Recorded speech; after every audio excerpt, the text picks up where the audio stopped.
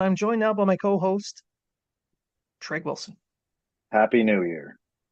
Happy New Year. Happy New Year to everyone who's decided to join us again. It was a very eventful 2023 for the Canadiens and for our podcast. It was busy. Yes, was busy. So hopefully everyone had a safe and happy New Year's celebration, and you're not nursing too much of a hangover at the moment. Um, I'm not. I had very few. Played board games basically with the kids. And you worked. Yeah, I was a bouncer at a bar, which wasn't very busy actually. So it really wasn't a bad night. Were you wearing lifts in your shoes to make yourself more imposing? No, no, didn't bother. No, didn't do No. that. No, only had to kick two people out. It was pretty tame. Pretty tame. They went pretty easily. It wasn't that much of a trouble. Well, for downtown Halifax, only two people. That's pretty good. Yeah. Well, I mean, it was more of an upper scale type, like it's called niche. It's more of a lounge than a bar. It's not a dance bar or anything like that. So, but yeah, just a couple people were a little bit It's still downtown flurry. Halifax. Still downtown Halifax, yeah. So, Speaking about getting kicked out, the Canadians just finished the Florida leg of their trip, and they just got booted out of that state with no wins. that's not surprising. Usually, what happens when Yep. Montreal goes to Florida. Um, the Yeah. Tampa So game. yeah, Oh, go go ahead. ahead. I was just gonna say the Uh, Tampa game. They should have won the way they played, and really, it wasn't until, of course, Tampa scored their first goal, and then it all went downhill from there. So. yeah. So all in all, the road trip is in two legs. The pre-Christmas part of the trip, they did really well. They were 2-1. The post-Christmas part of the trip, which is still ongoing, they still have a game against Dallas tomorrow. They're 0-3. Carolina basically whipped them. Florida just grinded them down. Uh, Tampa just beat the crap out of them with a comeback, like you mentioned. The Florida game, I mean, if you look back 2 years, Florida, the Canadians had an AHL team, and then last year they lost 7-2. This year it was only 4-1, and the game against Tampa, you could argue the Canadians should have won that. Well, you could also argue the Florida game. It wasn't until Armia's penalty that if you actually watch the replay, OHL takes the helmet off him, or OEL takes the helmet But off it's himself. it's Armia's fault for putting the But I headlock mean, on, it's right? it's either So interference or holding. It was going to be a penalty regardless of what happened, exactly. and it was a needless penalty in the offensive zone. Like he didn't need to do what he did. Um, Yeah. so, but after that power play goal, Montreal just deflated, and that was essentially the end of that game. But up until that point, even though Montreal was being outplayed by Florida, they were still in the game. They were just a tip or a bad goal or a lucky bounce away from maybe getting a point, at least a point in overtime. And I'm going to correct you, Blaine. They were 2-0-1 in the first three games because Oh, my apologies. I had this discussion on Twitter. The loser point is not technically a loss. Yes, it was a Leafs fan because I pointed out the Leafs are under 500 if you count their loser points. Um,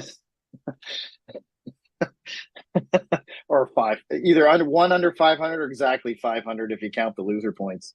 And they were like, ooh, ooh. Anyway, so I'm going to correct you on that. It's technically not a loss, even though it's a loss, but not really a loss, but a Well, they loss. did lose in Minnesota. I thought they tied, lost in overtime. That was they won in overtime in Winnipeg. Uh, was it an overtime game in Minnesota? Either way, it doesn't Either matter. way, either way, it's a loss, regardless. That's Because right. I was thinking they got 5 out of 6 points, but maybe I'm wrong. Maybe I'm wrong. No, I think you're right. I think you're right. Yeah. Anyway, Either way, move on to Florida. They had two games. We're going into the third period. They had a chance to win the game, and well, they didn't. And for some reason, This team, and I guess it's a reflection of a young team or a rebuilding team or a team that's just not there yet. They can't hold a lead.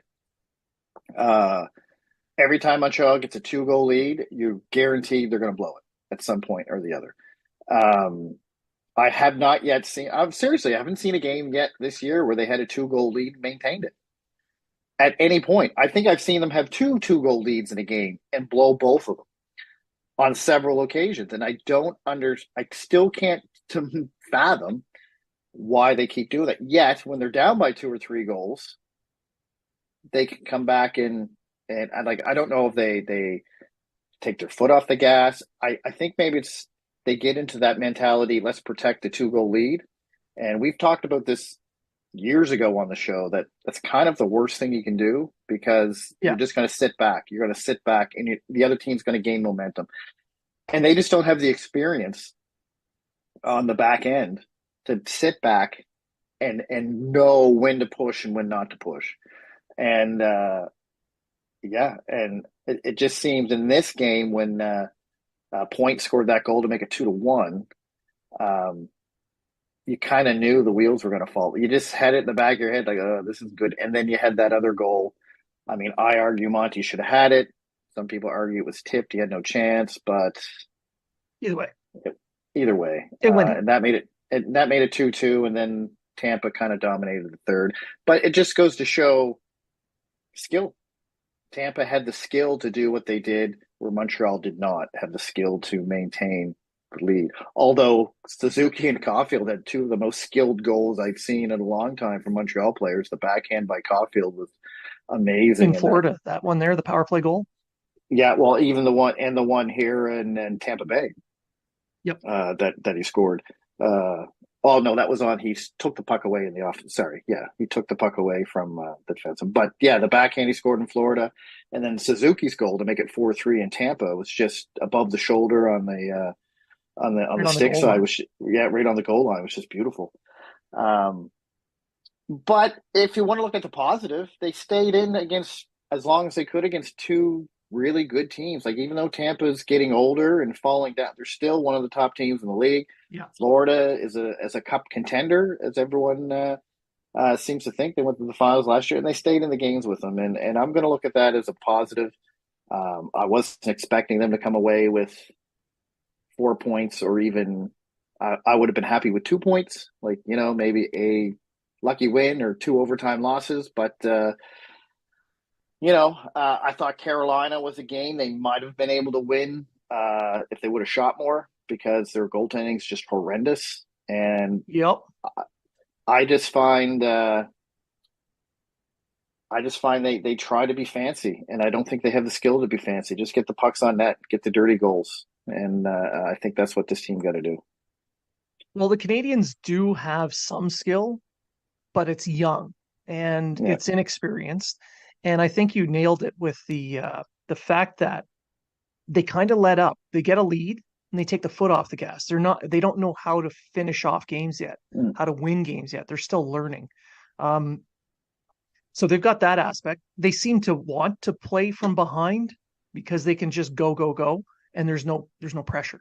They're Mm. already down a goal or two. Well, if they lose, they lose. They give up a goal, they give up a goal. So they push harder on the forecheck. When they have a lead, they seem to be uncomfortable because they're not. Timid. Yeah, it's the defensive side of the game that they're still a little bit tentative with, Yeah. and that's going to come in time. But like I mentioned earlier, right off the top of the show, it's a this team is improving. You look 2 years back, last year to this year, and it's a team that is drastically improved. Now, going into this second half of the road trip, the Canadiens were only a couple of points out of a playoff spot. Now they're further back a little bit, but there was always like 4 or 5 teams between them and that playoff spot because a few of the teams are not playing too well right now. So a shout out to our friend Matt Bedard, Scotian Canadian, who's adamant that they're going to make the playoffs this year. And for his sake, it'd be nice if they did, but realistically, probably not. I mean, if you look at the standings, they were 5 points out of a playoff spot, but they were also 6 points out of drafting sixth overall. I Yeah, mean, they're in that, and really they weren't really gaining. They won that two or three in a row, and I think they moved up 2 spots. They went from drafting 10th to drafting 12th, and now they're drafting 8th or something, like, you know what I mean? Like, it's just, and then you have the Ottawa Senators, who were 5 games behind. They're starting to go on a little bit of a roll.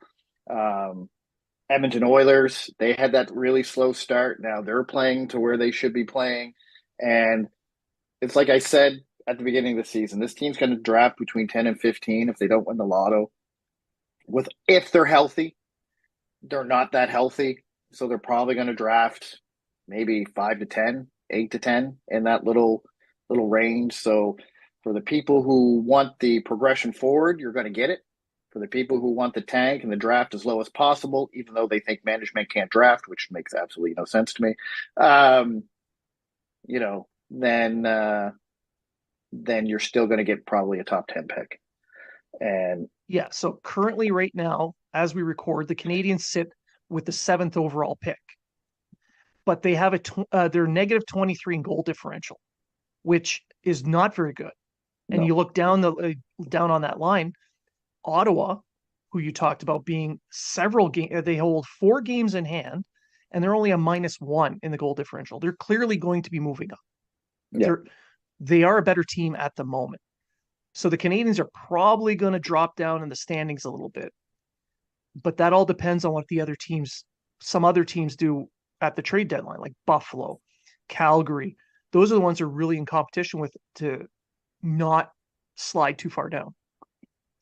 And it all depends on what you believe this team is this year. Now, I personally don't believe it's a playoff team, but I don't believe it's a bottom five team. I didn't believe it was a bottom five team last year. Injuries forced it to be a bottom five team. Injuries this year is going to force it to be probably a bottom 10 team. Um, so the positive of that, though, is if team was fully healthy, I believe they could battle for that wild card spot, but they weren't going to be the team that you went, oh, they could slide in. They're going to be the team, like, they're going to be there, they're going to be there, they're going to be there. Trade deadline's going to come around, and if management's smart, which I think they are, they're going to trade off their assets. So it's going to be like, we could slip in, but really, what are we going to do? You know what I mean? Yeah, and we'll If talk they, about that in the second half of yeah. the show. But I want to take So you back to the injuries. okay, I'd like to talk a little bit about the recent injuries. So Christian Dvorak recently got sent back to Montreal to be assessed. yeah, it's claims that he's going to be out indefinitely with an upper body Yeah, injury. I'm not sure what it is. I never saw anything in the Florida game. Um, I don't know. I thought he played the entire game. I don't think he left early or anything. he did leave the game partway through the game, but he came back, and it could be that shoulder that caused him Yeah. to miss the start of the season. Yeah. Um, so, I mean, a lot of people don't like Dvorak. I think Dvorak's a great third line center, to be honest with you. He's Yeah, good defensively. I'm not a fan of him in the offensive zone because it seems like he's still not sure what to do when he's out there. Um, but sometimes he turns into that Dutch Gretzky Dale Weiss and pops that goal that you're not expecting, and it's like, holy, where did that come from? And but I love his defensive game, and that's why I think, and he has offensive upside, and that's why I think he's a perfect third line center. No yeah. more than that. Like, him playing as a second line center, I don't think is viable. It's kind of like David Savard. David Savard on a good team is a perfect bottom pairing defenseman who can slide up into that second pair or first pair on the occasion and do well. Um, Personally, I think he's doing an amazing job in Montreal as a top line defenseman with Matheson. But going back to the injuries, Sure. it's just piling on. You have him, you have Doc, you have Newhook, you have, I mean, who else do we have? Doc, Newhook, Dvorak, Harris missed a bunch of time. RHP. He's still out 6 to 8, and it's all 6 to 8 weeks, or Doc the rest of the season. It's not one of those, oh, he'll be back in a few weeks. Even Jacka, I think, was out 3 weeks Yeah. when he was out. Harris was out a good 2 to 3 weeks. Uli. And yeah, so Gooley was out. And it's just piled up. And I mean, you may look at it and go, "Oh, it's just Dvorak," but like I said, now you have who's going to come up? Elias Anderson, he's a good candidate to come up Probably, and play. probably. He's healthy now. Emile Himmelman, and then you throw Evans back on for the center, but then you're still you got Mitchell Stevens as your fourth line center. Yeah. So it's now you're getting into that what we had last year. A lot of when the RHPs came up and all these AHL players came up, and they had to take up a lot of chunk of ice time and a lot of playing time because you didn't have anyone to fill in. And this is where Montreal's rebuild is where it's at. You don't have the depth right now to be successful when you have injuries. Now, if you No. look at Laval, you are going to have really good depth in about a Yeah. year or two because you got your Woes, your Becks, your Messers, your Mishaks, who I mean I think is falling off the cliff, but you have all these guys, Farrells, Gignacks, all these guys that are playing very well in the AHL, and you can bring them up to play. I mean, minus Wad, hopefully Messer, you can bring them up and play those bottom six Yeah. minutes, and it's going to help their development, but not hurt. They're going to play where they're supposed to play. Whereas when you bring a guy up in the NHL, you want him to be ready to play in the position you think he should play when he's in the NHL. Yeah, like a Beck. Beck would be an ideal third line center at this A point. The way perfect he third line plays, center. he's got Yeah, some offense. He's really good defensively. He's great in the face-off circle, which you can say is exactly what Dvorak is. He doesn't have a ton of offense, but he's got about, say, a 40-point upside, which is good I for a think third liner. I think Beck's more offensively talented than Dvorak is. Yes. So he will be an upgrade when he's ready to come to the NHL. Yeah. Uh, But it's so that defensive side and that face-off prowess. That's what the Canadians lose with Dvorak, which exactly, it's not sexy, but it's something they need to stay competitive.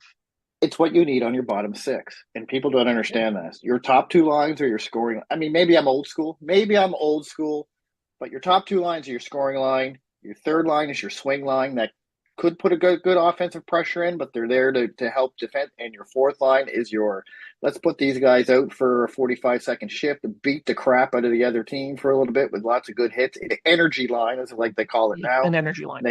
They come out and they just give it to that team because they have all kinds of energy because they're only playing 9 minutes, right? And then, however, if you don't have the right guys on that energy line, they're just going to come out and waste minutes. Like, right, Pizzetta's a good guy for an energy line because he comes out, he throws the hits, he skates hard, he goes after the puck, he keeps pressure on the team. Mitchell Stevens, He's filler. he's a Honestly, he's filler. filler. And then you have Joel Armia, who to me, he's like that guy who you always want on the power play, but you never want to play in the rest of the game. You only want him on the PK and never play the rest of the game Well, because that's if he's not in the box. exactly like because he's a good penalty killer. He is a good Yeah, penalty killer. And the thing yeah. that I hate about Armia is sometimes you watch him and you're like, why is this guy so terrible? Like he He's a fourth has line the Kovalev. skills. He has this like he can stick handle inside a shoebox Yeah. around four players, and then he has a brain fart as soon as he gets free and just throws it off somewhere, or a blind back pass to nobody, or shoot off into the net. Like I just don't get it. And then he scores a goal, and you're like, Yeah. where did that come from? He's like a bottom six Kovalev. He'll play Yeah, amazing every fifth game. yeah. And then when So he plays amazing, you're like, why doesn't he do this what the every hell? game? Yeah. Uh, Now with the injury though, there will be a call up, but I think this is more of an opportunity because you're talking about an energy line. I think it's more of an opportunity for Ylonen, who has been in that energy line role, to step up. They can move Jake Evans down to the third line, and that opens up that top six role on the wing. Ylonen can just step right into that, I think. well, he played there last night, and I thought he did well. Like, I mean, he Yes. didn't get any points, but he looked well. He didn't look out of place. His offensive IQ is really, really good. Yeah. And anytime so far he's gotten a chance, and they've been very few, he's really stepped up and he's really showed that he deserves to be there. Now, I don't know why he keeps getting buried on that fourth line and Armia gets, I'm not sure. I don't think it's something that St. Louis has against him. I think he just wants a little bit of offense on every line, and he doesn't have that with Pizzetta and Mitchell. So if you throw Yolonen in there, he has that chance to put that a little bit of offense into that line. Yeah. But when you don't have offense on your other lines, and I'll be honest, everyone goes about MSL or MSL on this or Martin St. Louis on this. Burrows does the offense for the 5-on-5. Burrows he's not the power play guy, he's not the PK guy, he's the off 5-on-5 offense guy. And I don't know if he has a say in the lines or not, but I think that Yolonen should have been top 6 as soon as Newhook got injured, personally, because I think he's like a Lehkonen. I look at Yolonen and Yeah. I look at him like a Lehkonen. He's solid defensively. I don't know if he's as defensive as Lehkonen is, um, No, no. but he's solid defensively. He has offensive skill. He can actually hit the net, which Lehkonen had a hard time doing in Montreal. But Except in the playoffs. except in the playoffs and in Colorado, obviously. Uh, but and I think, yeah, give him a shot. Like bring up uh, if I'd rather than bring up Elias Anderson or someone like that over, say, Hymanen, because if you're just going to sit at Hymanen or just give him 5 minutes a game, what's the point? Let And him get his minutes? I agree 100%. Yeah, This is the type of situation where calling up someone like Elias Anderson, who's the second chance reclamation kind of guy, yeah, give him that bottom 6 minutes instead of pulling Heineman up and making him play 8 minutes a game. Leave him down below where he can play 20, yeah. and then Or Anderson gets his shot. or bring up Yan Mysak or someone you know has fallen off the depth chart. Bring him up. What's it going to hurt?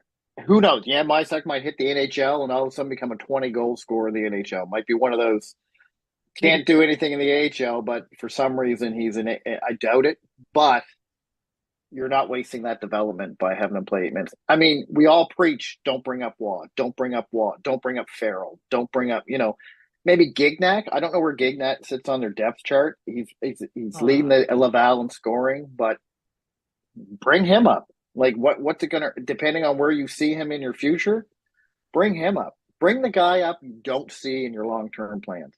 That's what you got to do.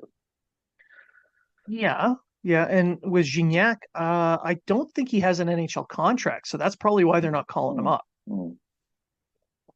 But That's possible. I don't know. yeah, I'd have to go on cap friendly. uh, nope, he does not have an NHL contract according to Well, Cap there Friendly. you go. And he's But having a hell of a season in the he AHL. is.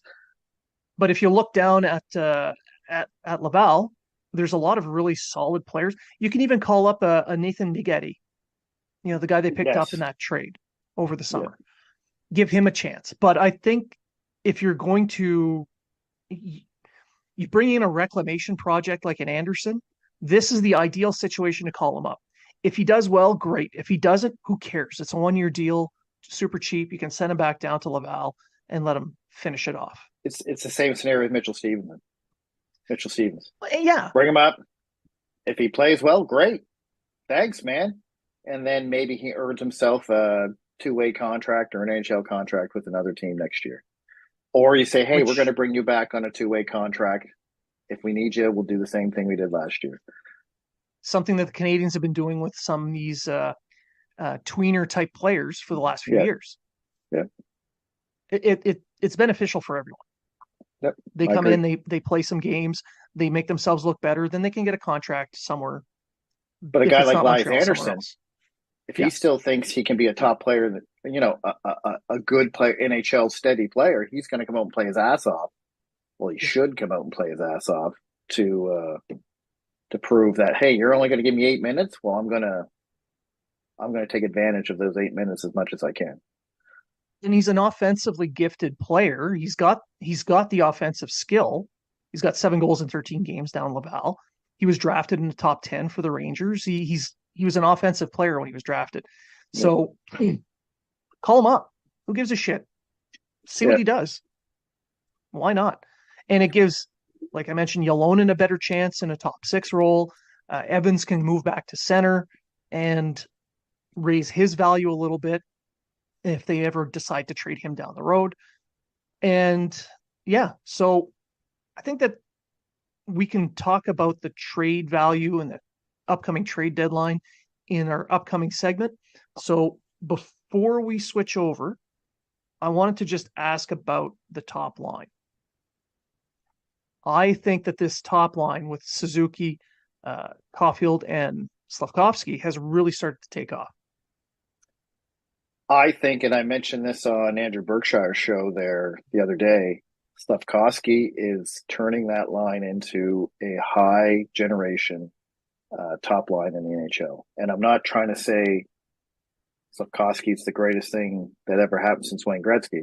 I'm trying to say his body, his size, and the way he's using it and winning the puck battles and creating open ice for Suzuki and Caulfield is turning that line into what we all hoped it would be when it first got together. Slavkovsky is giving the open ice so that Caulfield and Suzuki can score the points and get the goals, and it's just working perfectly for them. It's what we thought Anderson would do last year when he was put on that line. Yeah, and and Slavkovsky he's could actually do already it. and he's already outscored what he had last year. He only had 10 points. Now he's got 13. And if you look Yeah. at the last 5 games, he's got 5 points. Yeah, yeah, and it's all because he's given Suzuki. I mean, Suzuki's the playmaker on that line. Suzuki's running Yeah. that line. He's quarterbacking that line. Caulfield's the goal scorer, and Slavkovsky's the big body power forward who's opening the ice up for those two young guys. Because I mean, has he ever lost a board battle? Rarely, if ever. Like, you understand what I'm saying? And as he's board batting, he's so strong he can look up, look to see where everybody is, then get back down to fighting for the puck, get it out, and get it to someone that's open. If Matheson would only pass it to him on the power play, he'd probably have 40 points. Matheson is the Petrie to Caulfield. Matheson to Slavkovsky is the Petrie to Caulfield. That's exactly what it is. Caulfield's over there, covered by two people. Matheson's like, oh, you can do this, Cole. Slavkovsky's like, I'm still here. Wide open, perfect passing lane. I'm right here. And it's hard to miss him. He's huge. One thing I'll say about Slavkovsky is he's shooting more, but he waits too long to take a shot. Yeah, I mentioned that on Twitter the other day because you watch him. Yeah, he's shooting, but he's double clutching. He gets the puck and he looks and waits and then shoots. He needs to know where he wants to put the puck before the puck's on his stick. Yeah. So he can react right away. He's been doing that with other portions of his game. Like you mentioned, the head up and the swivel and scanning the ice, the board battles. He's already pre-planned what he's going to do. These are all steps that he's taken in just this last year. So by the end of the season, I'm expecting him to be able to do the shooting as well, being able to get those shots off right away, get his shots through. Maybe not score a ton of goals, but get shots on net. He's going to have 30 points by the end of the season. Mark my words. I think so. Bookmark this thing. It's very possible that he will. Yeah. If he stays on this top line. Yeah. He's point per game on this road trip anyway. Point per game for the rest of his career. Don't bookmark that. Yeah, he's no Robertson with the Leafs now. Come on. Anyway, so we're going to take a quick break, and when we come back in the next segment, we'll talk about the trade deadline. We'll be back after this.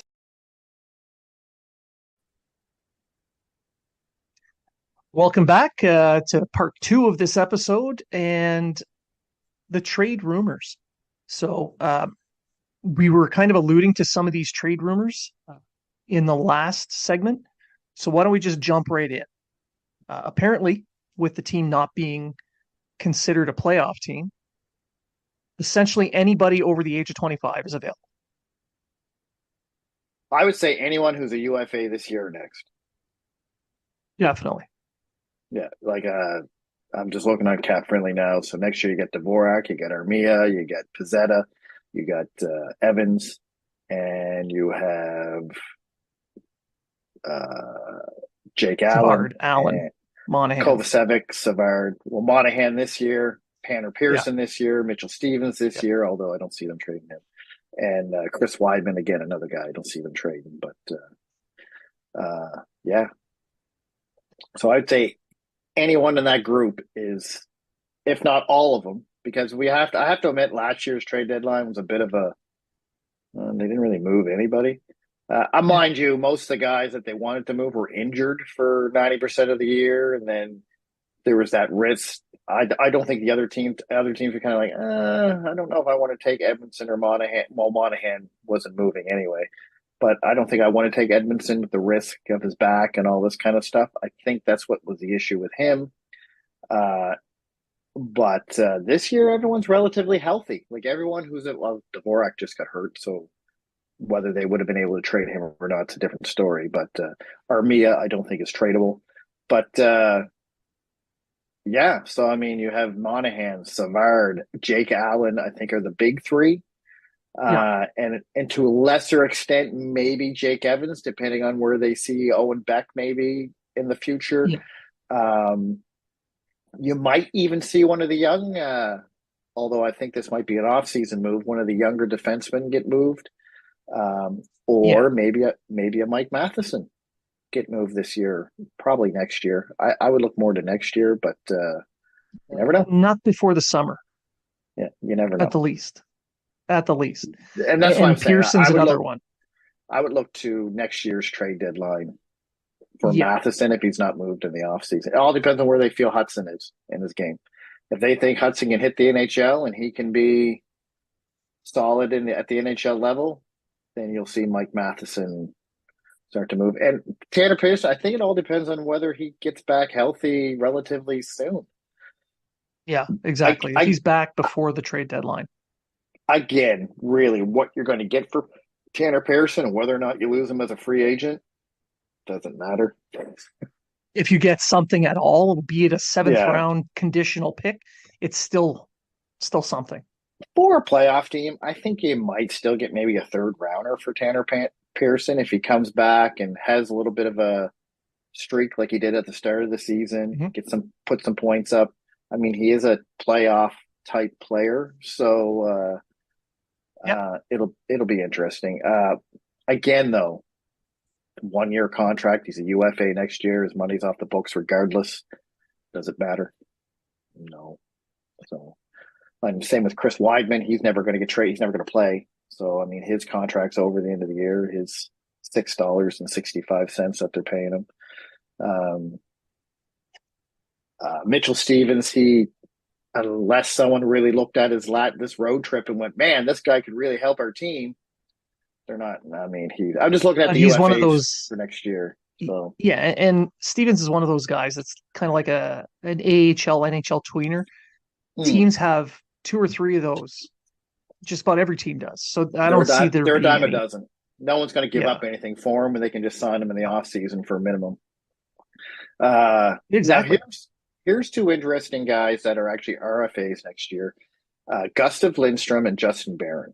Now, I would say don't give up on Justin Barron too soon. Yes, he has some defensive difficulties, but he's an offensive minded defenseman, and I think he hasn't tapped into his full potential offensively yet, let alone defensively. Yeah, Um, kind of a Gustav, younger Matheson.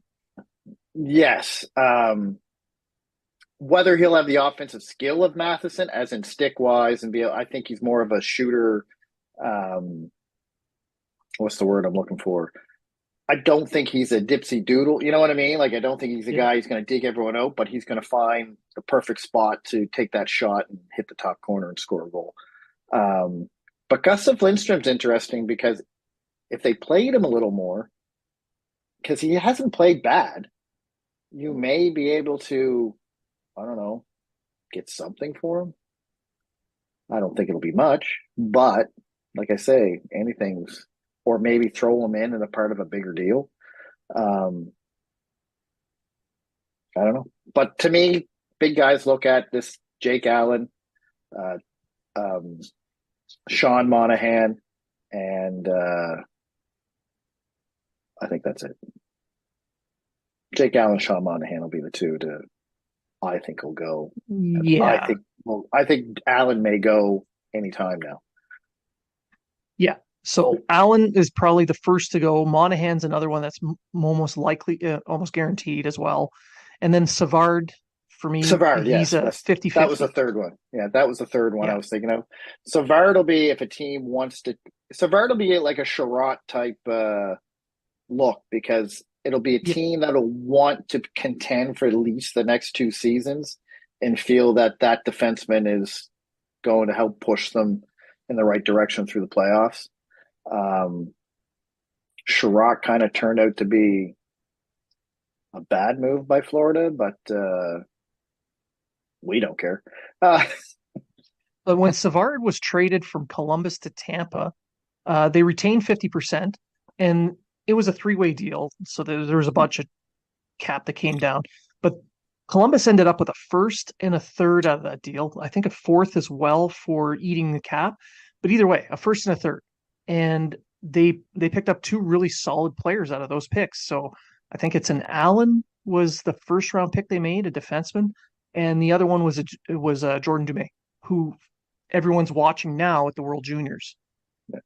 I think Savard can get you a first. Montreal can get a first for Savard because If they he eat, is. if they eat cap too, yeah, absolutely. I don't even think they need the cap. I think they can get a first for Savard for contending, and I don't think Montreal wants to eat cap because No. they're already eating Jeff Petry's next year, and that would Mhm. only give them one retained salary that they can pick for next year. And I don't know if they want to Yeah, do because they're that. also retaining on Edmondson right now. But that's over at the end of the season. That's just for this Yeah, season. So it'll be but they three. only If they have the do that, it'll one. be they only have the one left for this season, and then if they Yeah, retain Savard, they only have one for next season as well. So yeah, I don't know. I'm not against it. I just don't know if they want to go 3.5. It's a little.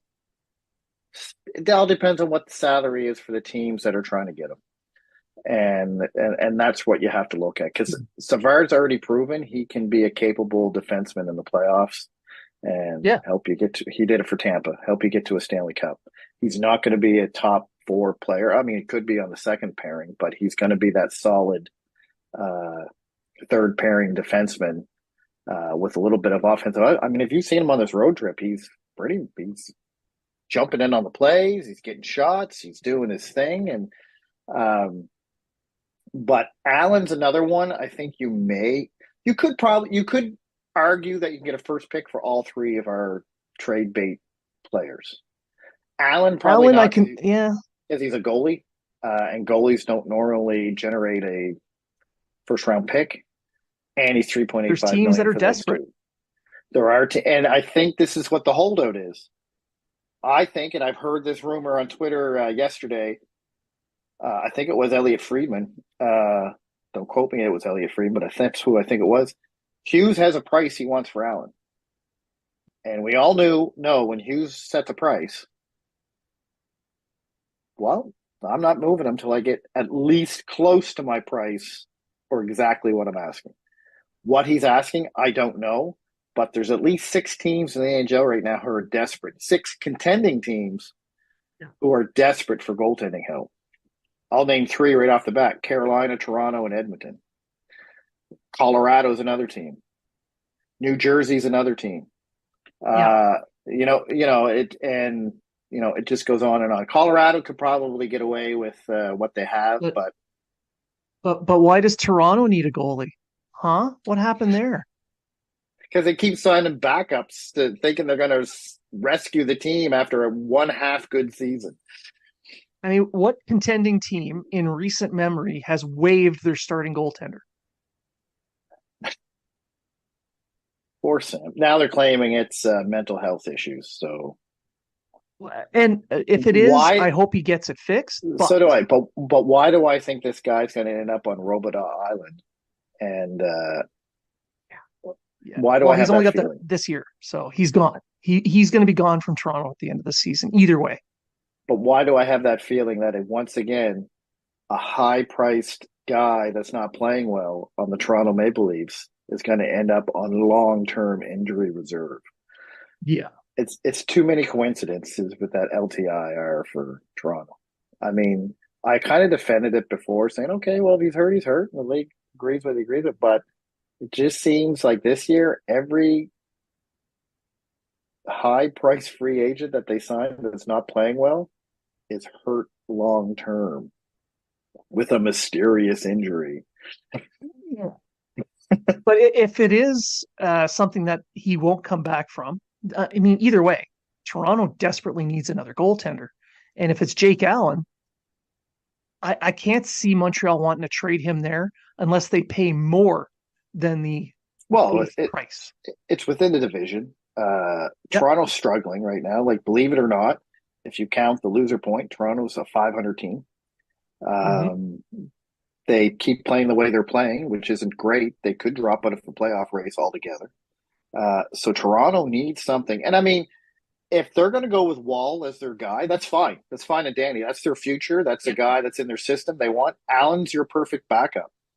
He's the guy that's going Exactly. to fill in, and when Wall needs a rest, Allen's going to come in. He's not going to lose you a game. A matter of fact, if you look at the stats, he's probably going to steal you a game because that's what him and Montembeault have been doing for Montreal. Although Allen's been on the short stick of the losses lately, but not because he's played bad, just because well, Montreal's not that great of a team. Let's be honest. Um, but Toronto could use him, and I mean, if and I'm just throwing out this as I'm not. I have no insiders, but I think Hughes wants either a top prospect from a team, or a first round pick, or a first round pick plus, or a top prospect For plus for Allen, for Allen. That's what I think it is because he knows they're desperate. And why not ask for that? Why not ask for that? And if they come back and say, "Well, we're not going to give you that, but we'll give you this," then he can go, "Yeah, all right, that's good enough." I Why mean, not it go would be high? amazing if he did. But Yeah. why not go high? That's all I'm saying. Why not? You know these teams need a goalie. You're sitting here with or maybe they come back and say, you know what? I won't give you that for Allen, but I'll give you that for Montembeault. I'd do it. It depends. It depends heavily on what exactly they're offering because I don't think trading Montembeau right now would be a good idea. Just Well, it's not. because They won't have a goalie in 2 years. exactly. No, I know, but what I'm saying is, I mean, you wouldn't if you could get a first round pick and a high prospect from a team like New Jersey, Edmonton, Toronto, or Carolina, you wouldn't go for it if it was Montembeau. If I you got would. a first end, Well, that's what I mean. Like if they went after yeah, Montembeau, then you're like, well, I want both, not one or the other, right? then And yeah. and that's when they go, okay, well, we'll give you how about a second round pick and a lesser top prospect? Then you think, Or just okay, one really maybe, good prospect. or just one really good prospect. Caden Primo, I mean, I don't think he's going to get a first or a top prospect, but he's been playing good lately. Primo's showing that he is starting to generate that NHL type goaltender. He's only 24. We know Montembeau didn't really turn the corner until he was 25, 26. He's getting into that age where, okay, this guy should really start stepping forward in the NHL. And then they could sit there and say, all right, you want a top prospect. It's going to cost you Caden Primo plus, a third round pick or second round pick. All right, sure. Done. Well, they've got the three goalies, right? So you can Yeah. trade one of them, but I think as Allen's the much one as that's going to we be traded, but yeah, it's more than likely. I mean, we can speculate about the other two, but I can't see the value of Primo being that high. Montembeau, because he's going to be their midterm goaltender, they'd need a higher return that I don't think any team would meet. So exactly. Allen's the guy. But Allen, if you're desperate, he could get you a first or a high end prospect. The teams are If desperate. It's not about how good he is or his contract or whatever. It's about how desperate are you for this goaltender, and not who just else the is out there on desperation the of it. market? Who else there on the Yeah, market that's gonna do as well as he is? Sure, you can pick someone up off waivers, or you could pick up, well, you want Michael Hutchinson again, Toronto? Go ahead, take him. Take him. Is he gonna get you into the playoffs? Is he gonna, if Wall falters in the playoffs, is he gonna step up and be that guy with experience that's gonna get you? get you through? No. Well, you look at the goaltending market as it is right now.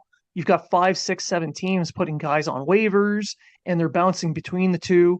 But there's no goaltender that's available trade wise that has the history that Allen does, or the reputation that he has as someone who can provide you that solid, consistent NHL level goaltending from game to game.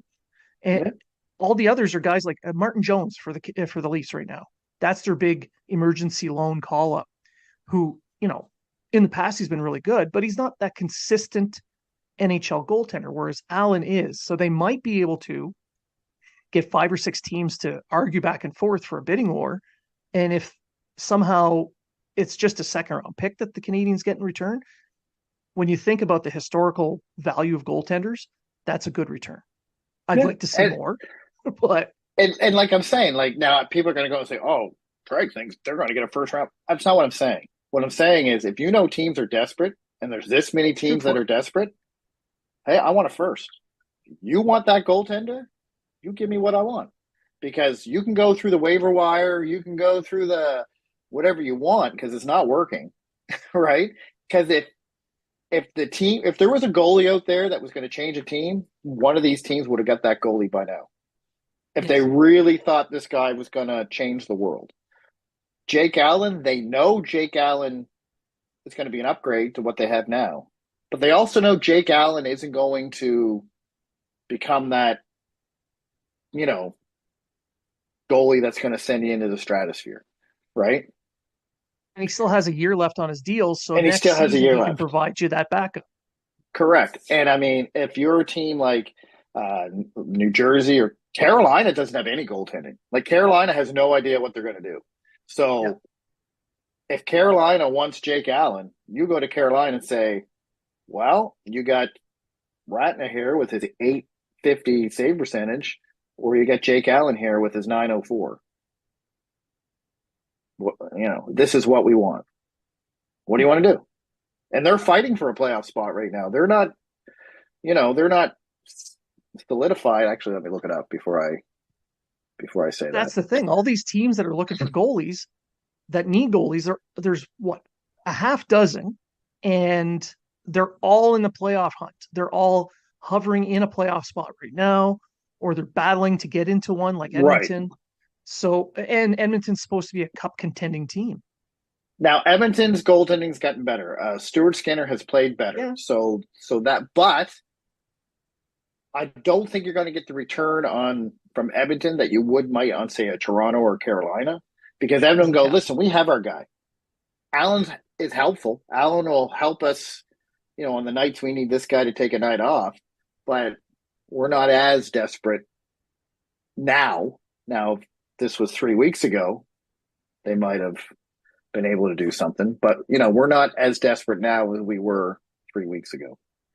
Even though True. our buddy Campbell lost his starting job in our minor league, so oh. True. Mm. Now Monahan's a $1.9 million center that could be your second line center. Boston would be a perfect place for Sean Monahan, because Boston is very. Yeah. I mean, But Portis that's is again playing in division, so there'd be a end of it. premium on it, I would think. And that's what I mean. I'm trying to think of other. Toronto's another team that could probably use a Sean Monahan. Colorado. Colorado. Um, you know, Uh, uh, the Jets. The Jets are in a Winnipeg. playoff I was spot. just They're gonna say looking for Winnipeg Jets. Winnipeg Jets. He could go there. But again, I believe Sean Monahan will get you a first round pick, hands down, all easily. day long. Yeah. Just for the simple fact he's under $2 million. He's a UFA at the end of the season. He's a proven goal scorer. He's reliable defensively. He's reliable on the power play. This is the guy that's he could be even a first round plus, like a first round plus a B level prospect or something like that to fill your system.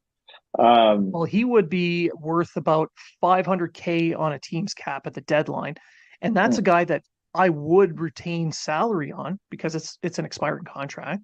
Correct. And Yes. if you did, it's 250K for a top six center. you can get a first and maybe even a B level or borderline A level prospect.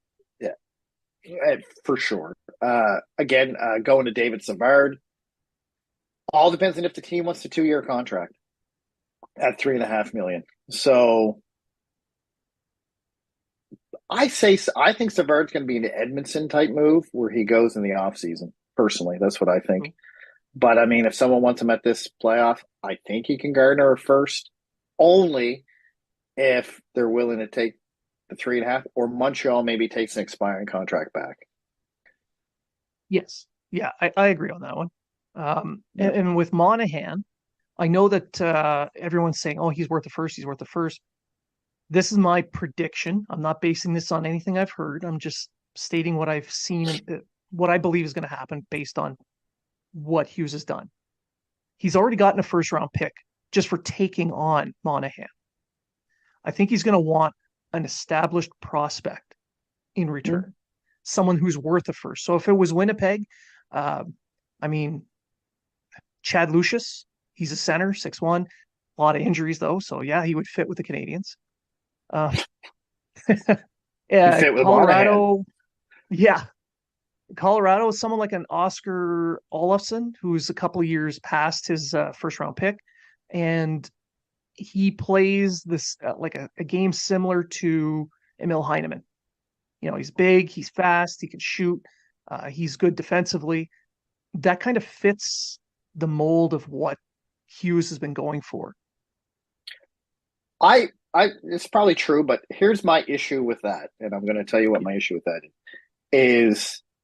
I don't like trading for a prospect who's just going to fit the mold of 14 other prospects you already have in your system.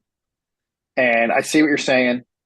Yeah, they're all good, but you mean you have Heineman, you have Ylonen, you have Waugh, you have Messer, you have Farrell, you have Beck, you have all these guys are at best,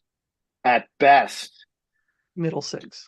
middle six, right? So yeah, it's great to get a good prospect. It's great to build up your depth. It's great to do whatever, but how many middle six prospects? This is why I'd rather the pick, because then you have the chance to get someone who could be better than a middle six prospect. Even though it's going to be a Or high pick, I agree. It's going to be a high pick, but you still have that chance, that you get your, you know, diamond in the rough out of the. Because I mean, if I look at that group, the only one, although Philip Massar, I think is still the book's still out on him on what his potential in the NHL will be.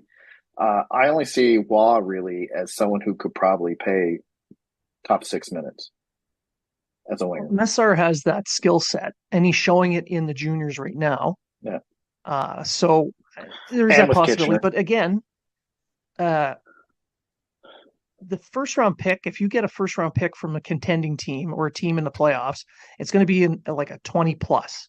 So the chances of the percentages say that whatever you pick there will more than likely, at best, be one of those middle six type of players. So why not take on someone who's a couple of years further and more likely will be? Because you still have that chance that this guy could be more than a middle six. Or you could package him in a deal to get you that elite offensive forward that's already NHL established. If his But goal, let's say, if you could do that Hughes' with the goal is draft. to You could move do up, that with a prospect too. But yeah, yeah. But if his goal is to move so up in the draft this summer, taking on another first round pick at the deadline would make it happen. So if, let's say, the Canadiens finish where they are now at 7, and they have a late first round pick, they might be able to move up to 5. I don't know if they're going to use it to move up. I could see them using it in a trade to get an already established high end hockey player. Sure, but if the plan is to move up Correct. eventually, Yeah. that would be why he would take on a first round pick. Yeah. One of the Yeah. reasons. But I see your point with the draft, but I'm just throwing the Yep. other coin of that Yep. on why maybe that's not a good idea. And we don't want the crowd on Twitter that hates the tank crowd that they didn't get Mitchkov, so this team's doomed for the next 20 years. So if we Neither just are get signing in, with them next year anyway, so it doesn't matter. Well, here, listen, you just segued into my trade proposal of the century. Oh, okay. Toronto needs everything Montreal has. Believe it or not, they need a top center, a top six center to play on the third line to make that third line even better. Yep. They need a solid top defenseman who can play hard-nosed playoff minutes. They need a goaltender that could win them hockey games and keep, as long as they can score 3 to 4 goals, he can win them the game. So, having said all that, since Nylander's a free agent next year and Toronto may or may not be able to sign him, why have him walk away for nothing when you can get, and you don't need him because you have Marner and Matthews and Nyes and Robertson and all these superstars, Tavares. So Nylander's, who needs Nylander? Who cares? Matthews is scoring 70 goals this year. Marner's, you know what? Everyone's on the hate Marner, so maybe we could flip it to Marner. But either way, they trade Nylander or Marner for our three guys in a first. Everyone's problem is solved. The Calgary first that they got from Monahan. Whatever. Doesn't matter. Calgary first next year could be a top 5 pick. The way they're going. Yeah, it's true. Yeah. Right? So there you go, Toronto. You got your at least a top 10 pick in the 2025 draft, no matter where you finish. Unless Montreal protects it just to add more shit to the friggin' You conditionals. You get your defenseman, you get your center or your forward, because Monahan can play anywhere, and you get your goalie. And all you had to give up was either Marner or Nylander. We'll take either. I don't care. Who they've been wanting to get rid of anyway, so why not? Well, now it's Marner because Nylander's having a really good season and Marner's not, apparently. So, and Perfect. It solves their cap issue. And it solves their cap issue. You're a genius. And then they don't have to worry about Marner becoming a free agent in 24-25. That's Montreal's problem. Yeah. Done. I should be GM of the year. Now everyone's happy because Montreal got their elite forward. Everyone's happy in Toronto because they got their solid playoff people. And Brad Treliving loves Monahan. He does love Monahan. And he loves those Savard-type defensemen. And he couldn't pick a goalie if his life depended on it, just like Dubas. So it's a win-win situation. And Toronto fans will moan and bitch about this, but if they really think about it, it's a win-win situation. I'm going to tweet this just to see what the reaction is. And this more than likely would mean that they would have the assets in place to finally win 3 rounds in one fucking year. For the first time. In their defense, in 1932, they won 3 series on on total goals, not best of 7. Oh. So if you want to count that, you can. I think they're going by top. Yeah. But technically, it wasn't 3 rounds. I think it's more of a best of kind of series, not best of goals, but a best. That's why I'm saying. Yeah. So if you want to get, you have this old Leaf fan who's like, well, 1932, it was 3 rounds. Yeah, but it was best goals. It wasn't, it's like 2 games, best goals each round. And, it wasn't fucking actual rounds. When I heard that, I was like, what? I was like Steve Dangle. What? Seriously? Never? Ever? Awesome. But then it makes sense. It all made sense. And speaking of which, we're going to finish off the show here. We'll go into our final thoughts. Speaking of Dangle, both of us were just on Game Over Montreal on SDPN with Berkshire. So go check those out for the post game for Florida and for Carolina. So that's in the last week. Had a great time there. It was it's good. It was fun. It was a lot of fun. Yeah. Also, if we're going to do check out other podcasts, make sure you check out some other Habs podcasts as well. Locked On Canadiens, Uh, our friends over at Happy Hour are still on the go. So Have a there's listens back. Habelison's back. So the boys, Gibby Lewis and Vinny, they've Yep. been uh, they've been cutting each other pretty good with the insults on that show. So it's worth checking out. Don't forget Tony and his show there, the Sick Podcast, Yeah, who yeah, we've been guests on as well. Um, there's all kinds out there. It's all kinds. yeah, Curfew great boy, stuff. the Curfew Crew. Yeah, Um, yeah, there's all kinds. This search Habs podcast. Don't just listen to one. Listen to all of them. Pick which one you like. Canadian Connection sucks. I'll say that right now out loud. if you're gonna miss one, that'd be the one Yeah, to that's miss. the one you miss. Yeah, no personal issues there. But Not saying we got stabbed in the back, but yeah, whatever. And I'm not scared of those guys. So, um, yeah. So, you know what? Listen to that too. Whatever. Listen to whatever the hell you want to. It's your life. You do what you want to do. You enjoy just so what you you can want to see how enjoy. good we are compared to them. Correct. But so real quick, in 30 seconds or less, final thoughts.